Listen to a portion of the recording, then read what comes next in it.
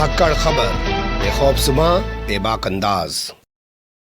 धाकड़ खबर के news room से मैं आपके साथ हूं अकरम रईस खान। एक नजरिया लेकर आपके सामने हाजिर हुआ हूं और उस नजरिए के मद्देनजर आपके सामने दो राज्यों का जिक्र करना चाहता हूं, दिल्ली का और पश्चिम बंगाल का। आपको नहीं लगता दिल्ली और पश्चिम बंगाल का चुनाव एक जैसा हुआ है, एक तरीके से हुआ है और उसमें बहुत सारी चीज़ें सिमिलर है, मतलब एक जैसी चीज़ें उभर के आई हैं। जैसे पूरे चुनाव पे अगर आप नज़र डालेंगे तो जिस तरीके से दिल्ली के अंदर गली गली घूम के चुनाव प्रचार कर रहे थे अमित शाह, यानी कि अमित शाह के हाथ में दिल्ली के चुनाव की पूरी कमान थी, फिर भी भारतीय जनता पार्टी 3 सीटों से 8 सीटों तक ही पहुंच पाई। दाई का आंकड़ा भी पार नहीं कर पाई, या यूं कहें दाई का आंकड़ा भी नहीं छू पाए और अरविंद केजरीवाल ने उनको धराशायी कर दिया।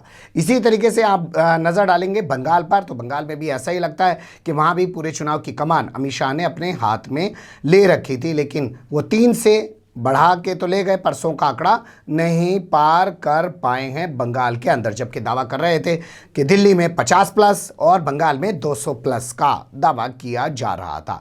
लेकिन सबसे अहम चीज़ जो घटी है बंगाल के और दिल्ली के चुनाव में, वो अब मैं आपके सामने रखने जा रहा हूँ। यहाँ दिल्ली में अमित शाह ने कहा था कि इतने गुस्से में बटन दबाना बाबरपुर वालों कि करंट शाहीन बाग में बैठे लोगों को जाकर लगे, और पूछा था दबाओगे ना? सुन लीजिए उनकी जबानी। भाइयों बहनों, मोदी जी ने पूरे देश को बदला है, मोदी जी दिल्ली बदलना चाहते हैं। तो मित्रों, बटन दबाओ तब इतने गुस्से के साथ दबाना कि बटन यहाँ बाबतपुर में दबे, करंट शाहीन बाग के, कि बटन यहाँ बाबतपुर में दबे, करंट शाहीन बाग के अंदर लगे। दबाएंगे पक्का। तो ऐसा ही बंगाल में भी किया है अमित शाह ने। नक्काशीपुरा एक जगह पड़ती है, वहां पे अमित शाह ने इस तरीके का बयान दिया कि बटन को इतने गुस्से से, इतने जबरदस्त तरीके से दबाना कि कोलकाता में बैठी हुई ममता बनर्जी को, यानी कि दीदी को करंट लग जाए। सुन लीजिए उनकी जबानी।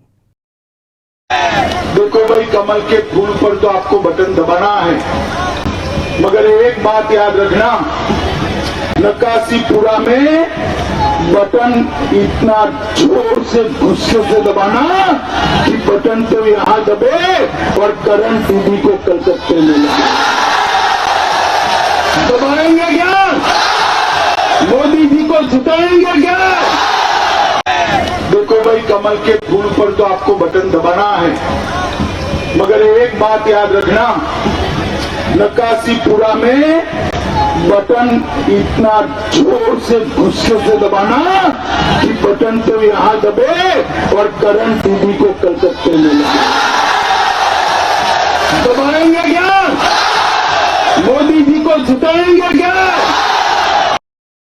सुन लिया आपने। इसके अलावा और बहुत सारी चीज़ों पे आप रोशनी डाल सकते हैं। जैसे दिल्ली में जब इनके जरिए घेरे जाने लगे अरविंद केजरीवाल, तो उन्होंने हनुमान चालीसा पढ़ना शुरू कर दिया था। वैसे ही आपने देखा होगा ममता बनर्जी ने खुले मंच से चंडी का पाठ शुरू कर दिया था जब ये उनके हिंदू होने पर सवाल उठाने लगे थे।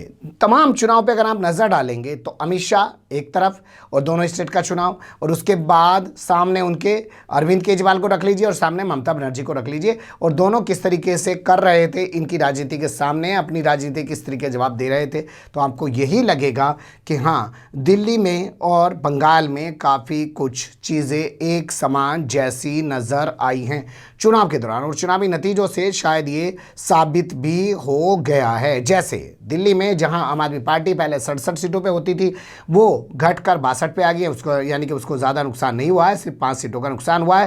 कांग्रेस का सुपड़ा पहले भी साफ था, कांग्रेस का सुपड़ा दिल्ली के अंदर इस चुनाव में भी, यानी कि 2020 के विधानसभा चुनाव में भी साफ हो गया। ठीक इसी तरीके से अगर आप नज़र डालेंगे बंगाल के नतीजों पर, तो यहाँ जो है भाजपा 100 का आंकड़ा पार नहीं कर पा रही है। जब तक ये खबर मैं आपके सामने रिकॉर्ड कर रहा हूँ तब तक का आंकड़ा ये है, और ममता बनर्जी जो है वो 200 का आंकड़ा, यानी कि डबल वो सेंचुरी मारने के बाद भी फिर से एक बार सत्ता में जा रही, जबकि पिछली बार वो 2016 में 216 सीटों पर थी, यानी कि उनको ज़्यादा नुकसान वहाँ नहीं उठाना पड़ा। और फिर दिल्ली के हिसाब से समझिए कि जैसे दिल्ली में कांग्रेस का सुपड़ा साफ हो गया, ठीक उसी तरीके से बंगाल में भी कांग्रेस का सुपड़ा साफ हो गया। ये कह सकते हैं कि जिस तरीके से दिल्ली में कांग्रेस का जो वोट था वो आम आदमी पार्टी की तरफ शिफ्ट हो गया, क्योंकि उसे लगा कि कांग्रेस के कैंडिडेट को वोट देंगे तो भाजपा जीत जाएगी, वैसा ही लगा बंगाल में भी कि बंगाल के अंदर जो कांग्रेस का वोट है वो अगर कांग्रेस के प्रत्याशियों को मिला और उसका फ़ायदा भाजपा को होना ही